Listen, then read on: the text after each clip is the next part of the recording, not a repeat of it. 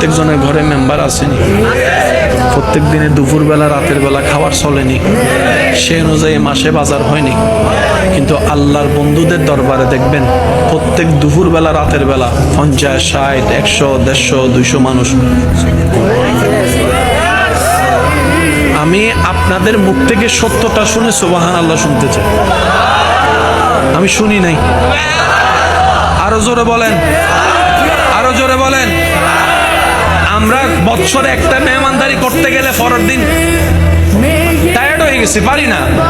কিন্তু আল্লাহর বন্ধুদের দরবারে দেখবেন চলে চলে চলে চলে চলে।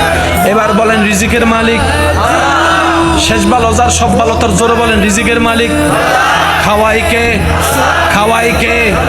খাওয়ানো কার গুণ? আল্লাহ ওয়ালাদের ভিতরে এই গুণটা থাকে। আর আমরা কিটা করে জানেননি?